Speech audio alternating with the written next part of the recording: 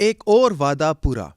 Gaddafi stadium کے بعد national stadium Karachi بھی چیمپئنز ٹرافی کی میزبانی کے لیے پوری طرح تیار ہے۔ Chairman Pakistan cricket board Mohsin Naqvi کی ذاتی مانیٹرنگ ورکرز کی دن رات محنت سے 120 روز میں منصوبہ مکمل ہو گیا۔ رنگا رنگ تقریب سے نیشنل اسٹیڈیم کراچی کا افتتاح کل شام کو ہوگا، جس میں معروف گلوکار علی ظفر، شفقت امانت علی اور ساحر علی بگا اپنی آواز کا جادو جگائیں گے۔ آتش بازی اور لائٹ شو کا شاندار مظاہرہ ہوگا۔ عوام کا داخلہ بھی مفت ہوگا۔ 28 ستمبر کو نیشنل اسٹیڈیم کی تعمیراتی کاموں کا آغاز ہوا، جس میں پویلین کی عمارت کو گرا کر تعمیر کیا گیا۔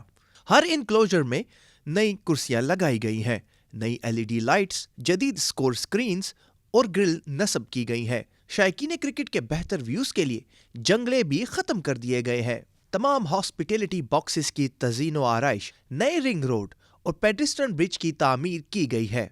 Chairman Pakistan cricket board Mohsin Naqvi نے نیشنل اسٹیڈیم کراچی کی تعمیر میں حصہ لینے والے مزدوروں کی محنت کو سراہا ہے اور کہا کہ چیمپئنز ٹرافی کی ٹیمز کے کھلاڑیوں کو بہترین سہولتیں فراہم کریں گے۔